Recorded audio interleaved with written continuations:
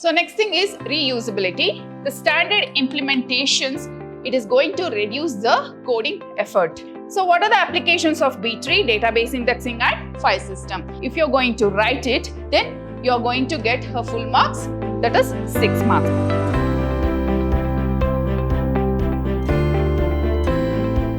Hello everyone, myself Chandana C, Faculty of Computer Science Department, Vidyashram First Grade College, Temple of Excellence, Mysuru. Today I am here to discuss regarding some of the questions we have picked from the previous year question papers regarding to your exams. So today I am going to discuss on the subject data structures. So this is my first session.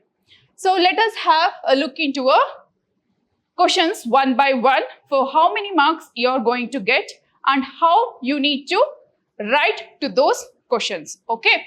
So first thing, we have questions for 2 marks. So in that, the first question is define data structure and list the different types of data structures with example. So this question is asked on the previous year question paper. So for this question, how much we need to write for 2 marks? Let us have a look into an answer now. So data structure is a way of organizing and storing the data in a computer so it can be accessed and it can be modified efficiently. So what are the different types of data structures they have asked, right? So here we have 2 different types, that is linear and non-linear. So we need to explain with the examples. So what are the linear data structure it contains and what are the non-linear data structures? So here we have under the linear array, linked list, stack and queue. So under the non-linear we have tree and graph. So this is how we need to answer for this question. So in the next question we have define stack, mention the operations which are performed on stack. So what do you mean by stack? We need to define. So stack is nothing but it is a linear data structure. So that is going to follow the last in first out principle. So right, where the last inserted element that is going to be removed first. So what are the different operations we are performing on the stack? That are push, pop, pick or a top element. Next is empty and is full. So these operations we need to list and we need to explain. Okay. So if you write a diagram, it's still more better. You are going to get a full marks. Next question is explain a circular queue with its memory representation. So this question is also asked for 2 marks. So what do you mean by circular queue? So it connects the last position to the first to form a circle. So you can see in the diagram. So the last element is connected to the first element. So this is how we are representing in a circular queue. So this is a linear queue in the array representation. So this is how we are representing in a circular queue. So what are the key features of a circular queue? It reuses the empty spaces, then it uses the modulo operation. So what are the condition it is going to follow? So if it is full, how it is going to check? That is rare plus 1 mod size. So what is the size? It is a depend on the queue, how much we have given. So is equal to front. So when it is empty, how it is going to check? If front is equal to -1, then it is going to tell it's a empty queue. So when it is says a queue is full, when rate plus 1 mod size is equal to front. When front is pointing to the rate plus 1 mod size, then we can say the queue is full. That is circular queue is full. So this is how we are answering to that question. So what is a circular queue? How we are going to represent. Okay. So next thing is for 6 marks. So for the 6 marks, they have asked list and explain the importance of data structures in programming. So we need to list and we need to explain the importance of data structure. So let us have a look into importance. So first thing is efficient data management. How it is efficient? Because it organizes the large data properly. Then it is going to improve the performance. How we can say? It optimizes the time and space complexities.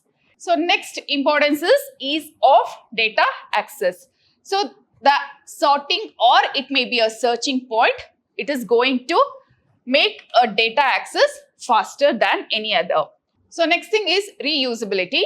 The standard implementations, it is going to reduce the coding effort. Next, scalability. It is going to handle the growing data efficiently. Then abstraction, simplifies the complex problems. Then algorithm design. So we need to write for each and every problem. It may be a sorting, searching, or anything. So algorithm design is very, very important. Hence, we can say it is essential for writing the efficient algorithms for all the problems. So these are some of the importance of data structures. So we can list and we can explain. So if you elaborate and write it more, then you can get a 6 marks full. So students, don't forget to underline the topics of the importance of a data structure. Then you can elaborate and explain each one of them. Okay, so this is just the key points for your exam. So for 6 marks, so if it is better to explain us still more. Okay. So next question is, explain the memory representation of a queue. So how we can explain the memory representation of a queue? So memory is represented in a queue in the form of an array or a linked list. So first thing is using an array representation. So array means it is going to use a fixed size, right? Then it contains the 2 pointers. One is front, another one is rear. So initially the front is equal to rear equals to -1 in the array representation of the queue. So next thing we have working. How this queue is going to work. So while enqueuing, we need to increment the rear, while dequeuing means removing the element from the queue, we need to increment the front point. So what are the limitations? So here in the queue, what are the limitations means the wastage of space after the deletion. So when we add and delete an element, so there will be a wastage of a space. So example, if I insert 10, 20, 30, 40, the front will be pointing to the first element, whereas each time the rear will be incremented, then we can insert a element into our queue in a array representation. Okay. So for this, you need to write a diagram. Okay. With the diagram, if you are going to explain it, then you are going to get a full marks. That is 6 marks or 7 marks or 8 marks. Okay. So with the picture, with the diagram, if you explain it neatly, then you are going to get a full mark. Next, write an algorithm for inserting a node in binary search tree. So what is the procedure to write an algorithm for inserting a node in binary search tree? So what is the algorithm is going to follow? First thing, we need to insert root. For that, we need to insert an item. So initially, if root equals to null, then create a new node. Then return that node. If not, if item is less than root data. So next item, whatever the item you are going to insert after the root, it is going to check whether that item is less than to the root item. So if it is less than, then it is going to insert that data to the left of the root. So that means insert root to the left. So whichever the new item you are inserting, if it is lesser than the root, then insert to the left of the root. So, or else, if it is greater than the root, then insert right of the root, then return root. So this is how the algorithm follows to insert a element into the binary search tree. Okay. So for this question, if you explain it with a example, so you can take a simple example like 4, 10, 3. Okay. So consider the first element is a root, that is 4. Okay. 4 is a root. Then check the next element. So here 10 is greater than 4. Then insert it to the right of the root. So next element is 3. 3 is less than the 4. Then insert into the left of the root. So with the example, if you are going to write it in your exam, so you are going to get a full marks. Okay. So next question is define binary tree with an example and list any two applications of B tree. So we need to write a definition of a binary tree. So we can say a tree where each node, that means it must contain at most two children. So one is left and one is right. So for example, this we can show. So A is a root where it contains a B is a left child and a C is a right child of the root node A. So what are the applications of B tree? Database indexing and file system. So these things we need to describe. So these applications we need to describe and write. Okay. Then only you are going to get a full marks. So next question is write an algorithm for DFS and BFS for a graph. So we need to write a algorithm for depth first search and breadth first search.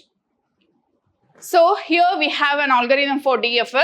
So initially we need to explain what is DFS. DFS means depth first search. So what it is going to tell? So traverse a children's first. Okay, visit the children node first instead of siblings. Whereas BFS, it is going to say visit the siblings first before visiting the children nodes. Okay, so here DFS, it is going to follow the stack. Hence we can say it follows the recursion method. So how the algorithm is going to follow DFS node? Then first mark node as visited, the root node. You mark it as a visited, then print that node. Then for each adjacent node, if not visited, then DFS is going to visit that adjacent node. So next thing we are going to discuss about the algorithm of breadth first search. It is going to use the queue. Okay, so start the BFS starts, then create an empty queue initially, then start with the root node, enqueue it, then mark it as a visited. So once you visit the root node, you mark it as a visited and enqueue that node into a queue. So while queue is not empty, so after visiting a root of the tree, if the queue is not empty, then node is equal to dq. Then print that node. For each adjacent node, if not visited, then go to adjacent node, that is siblings. So if not visited, then visit that node, mark it as visited, then enqueue those nodes into a queue. Okay, so enqueue node, then mark it as a visited. So this is how BFS follows. So for this DFS and BFS, you need to explain with an example. So take a simple diagram and explain how we are going to visiting nodes in a BFS and also in a DFS. With the example, if you are going to explain it, if you are going to write it, then you are going to get her full marks, that is 6 marks. So next we will move into the next question, that is explain adjacency matrix and adjacency list. So what do you mean by adjacency matrix and adjacency list? So here adjacency matrix is nothing but it is a 2D representation. So here we can say A, B, C, then A, B, C.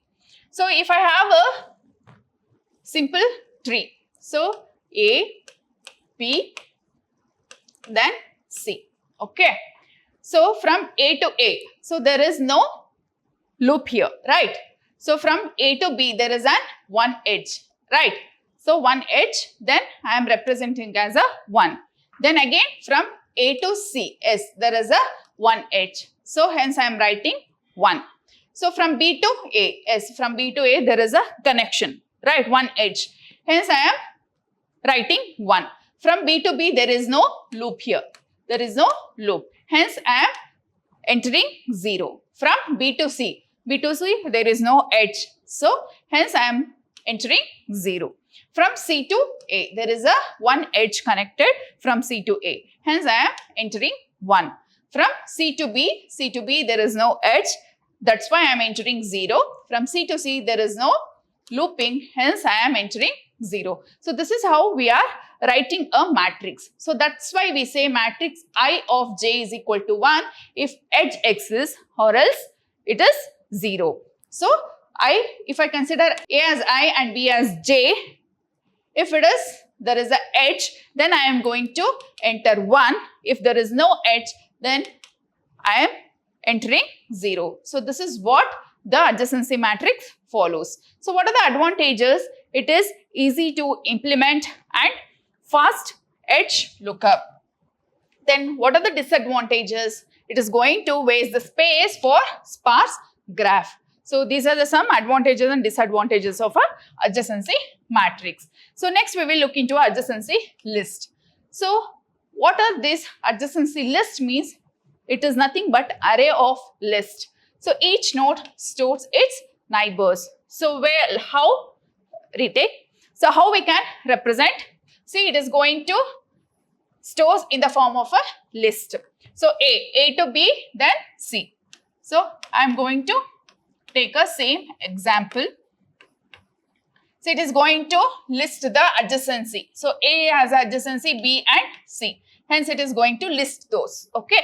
So B is having A. It does not contain a C. Why? Because there is no edge from B to C. So that's why B contains the adjacency list as A.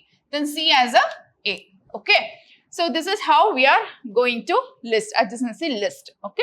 What are the advantages of this adjacency list? It is going to save the memory and efficient for sparse graphs. What are the disadvantages? Slower edge lookup compared to the matrix. Okay. Compared to a matrix, so this is slower edge lookup. So these are the some of the advantages and disadvantages with the adjacency list. So with the diagram, with the example, if you are going to explain in your examination, then you are going to get a full 6 or 7 marks. By this, I am ending this session. In the next session, let us discuss some more questions with answer. Till then, keep studying. Thank you.